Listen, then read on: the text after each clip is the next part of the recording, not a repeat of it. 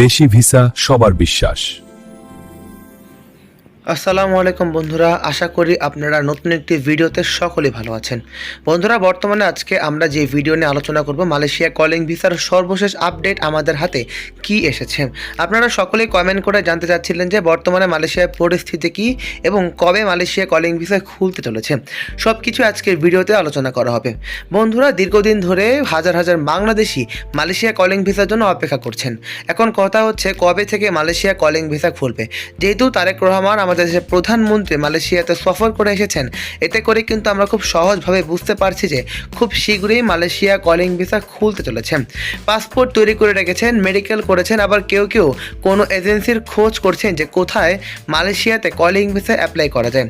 তবে আপনারা সম্প্রতি যে মধ্যে আমরা খবরটি জানতে পেরেছি, মালয়েশিয়া সরকার এবং বাংলাদেশ সরকারের মধ্যে পুনরায় শ্রমবাজার চালু করার বিষয়টি উচ্চ পর্যায়ে আলোচনা হয়েছে। দুই দেশের সরকারের স্বচ্ছ নিয়োগ ব্যবস্থা, কর্মীদের অধিকার এবং দালাল চক্র বন্ধ করার জন্য তারা সর্বোচ্চ চেষ্টা করছে।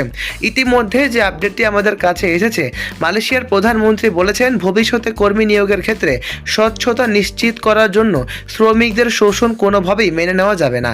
এই বক্তব্যে বাংলাদেশি কর্মীদের জন্য ইতিবাচক বার্তা দিয়েছেন মালয়েশিয়ার প্রধানমন্ত্রী। মালয়েশিয়া কলিং ভিসা খুলে বিশেষ করে যে খাতে সবচেয়ে বেশি শ্রমিক নিয়োগ করবে তা হচ্ছে নির্মাণ, manufacturing, service sector, plantation sector এবং কৃষি খাত।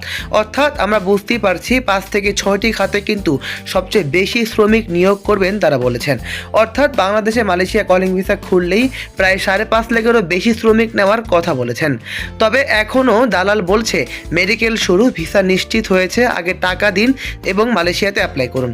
অর্থাৎ যারা এই কথা বলবে তাদের কথা অবশ্যই বিশ্বাস করবেন না, কারণ মালয়েশিয়া কলিং ভিসা এখনও পুরো দমে চালু হয়নি।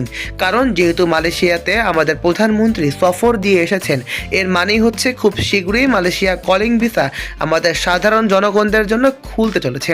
তাই আপনাদেরকে মালয়েশিয়া যাওয়ার প্রস্তুতি নেওয়া উচিত, কারণ আপনারা পাসপোর্টের মেয়াদ ঠিক আছে কিনা তা দেখে নিন এবং জাতীয় পরিচয়পত্র এবং অন্যান্য কাগজপত্র প্রস্তুত রাখুন। প্রয়োজনীয় হতে দক্ষতা শিক্ষণ। অর্থাৎ বন্ধুরা, বর্তমানে মালয়েশিয়াতে যারা যাবেন তারা অবশ্যই কোনো না কোনো কাজ শিখে থাকেন, যাতে মালয়েশিয়া কাজ শুরু হওয়ার সাথে সাথে আপনারা বৈধভাবে সহজ উপায়ে মালয়েশিয়াতে যেতে পারেন।